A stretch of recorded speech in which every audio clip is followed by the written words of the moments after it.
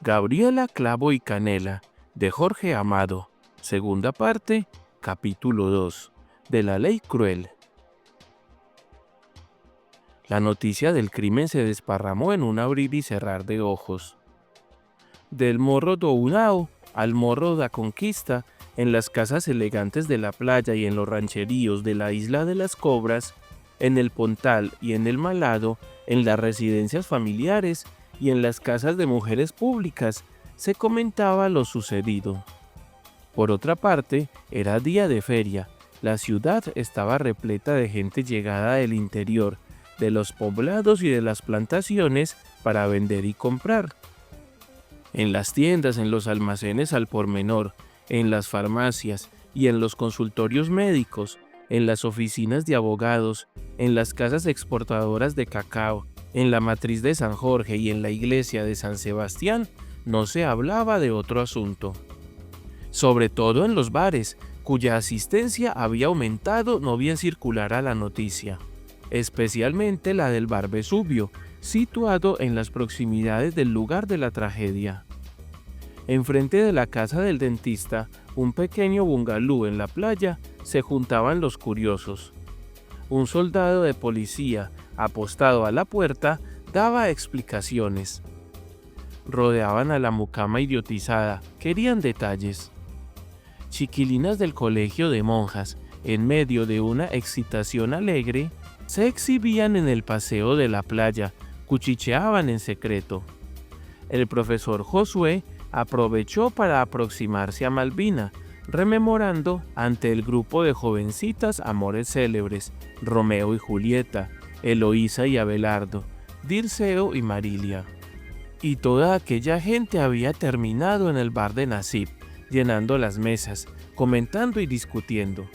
Unánimemente daban la razón al estanciero, ni una voz se elevaba, ni siquiera de mujer, en el atrio de la iglesia, para defender a la pobre y hermosa Sinaciña.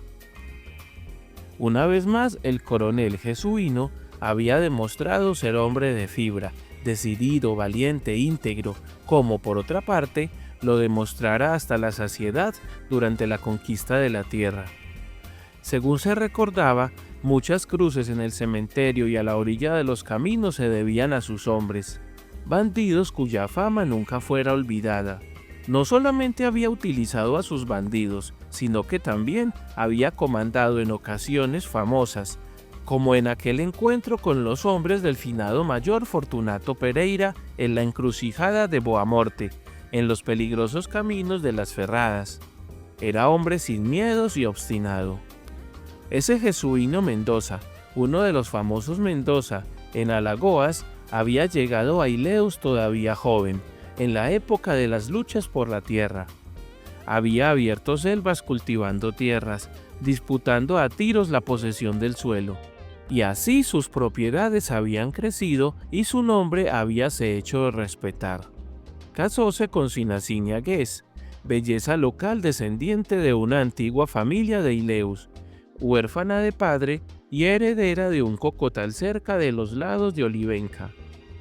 Casi 20 años más joven que el marido, bonitona, clienta asidua de las tiendas de géneros y zapatos, principal organizadora de las fiestas de la iglesia de San Sebastián, emparentada lejanamente con el doctor, pasando largos periodos en la estancia.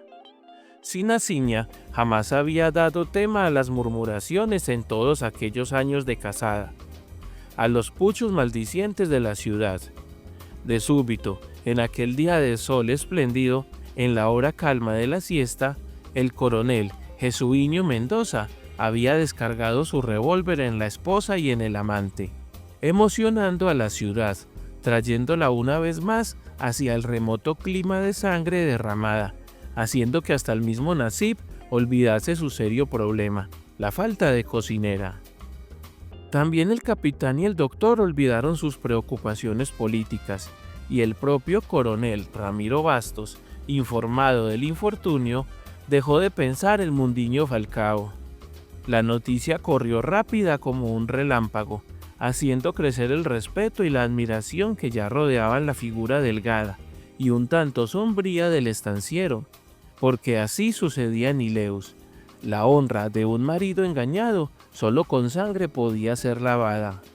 Así era, en una región que recién acababa de salir de los barullos y las luchas frecuentes, cuando los caminos para las tropas de burros y hasta para los camiones se abrían sobre picadas hechas por bandidos, marcadas por las cruces de los caídos en las heladas, donde la vida humana poco valor poseía, no se conocía otra ley para la traición de una esposa que la muerte violenta. La antigua ley venía de los primeros tiempos del cacao. No estaba en el papel, no constaba en el código, pero no obstante era la más válida de las leyes y el tribunal, reunido para decidir la suerte del matador, la confirmaba unánimemente en todas las ocasiones, como para imponérsela sobre la ley escrita que condenaban a quien eliminaba a un semejante. A pesar de la reciente competencia por los precios de los 3 cines locales, de los bailes y de los danzantes del Club Progreso, de las partidas de fútbol en las tardes de domingo y de las conferencias de literatos de Bahía y hasta de Río, arribando a Ileus a la casa de unos pesos en la tierra inculta y rica, las sesiones del tribunal, 2 veces por año, eran todavía la diversión más animada y concurrida de la ciudad. Existían abogados famosos como el doctor Ezequiel Pardo y el doctor Mauricio Caires, el chicanero Juan Peixoto, de voz retumbante, oradores aplaudidos, retóricos eminentes, que hacían temblar y llorar a la asistencia. El doctor Mauricio Caires, hombre muy de la iglesia y de los sacerdotes, presidente de la Cofradía de San Jorge, era especialista en citas de la Biblia. Había sido seminarista antes de entrar a la facultad, gustaba de frases en latín y había quien lo consideraba tan erudito como el doctor. En el tribunal, los duelos oratorios duraban horas y horas, con réplicas y contrarréplicas que pasaban la madrugada, y eran los acontecimientos culturales más importantes en Ileus. Hacíanse voluminosas apuestas por la absolución o por la condena, porque la gente de Ileus gustaba jugar y todo les servía de pretexto. En otras ocasiones, ahora más raras, el tiroteo daba lugar a veredictos y nuevas muertes. El coronel Pedro Bandao, por ejemplo, había sido asesinado en la escalinata de la intendencia, al ser absuelto por el tribunal. El hijo de Chico Martins, a quien el coronel y sus bandidos habían dado muerte bárbaramente, se hizo justicia con sus propias manos. Ninguna apuesta era aceptada. En cambio, cuando el tribunal se reunía para decidir sobre crimen de muerte por razones de adulterio, todos sabían que la absolución unánime del marido ultrajado sería el resultado final y justo. Iban solamente para escuchar los discursos, la acusación y la defensa, y también por la expectativa de detalles escabrosos y picarescos, que pudieran escaparse de los autos o de los discursos de los abogados. Condena del asesino, eso jamás, era contra la ley de la tierra, que mandaba lavar con sangre la honra manchada del marido. Se comentaba y discutía apasionadamente la tragedia de Sinaciña y del dentista. Divergían las versiones de lo sucedido, se oponían detalles, pero en una cosa todos estaban de acuerdo, en darle la razón al coronel, en alabar su gesto de macho.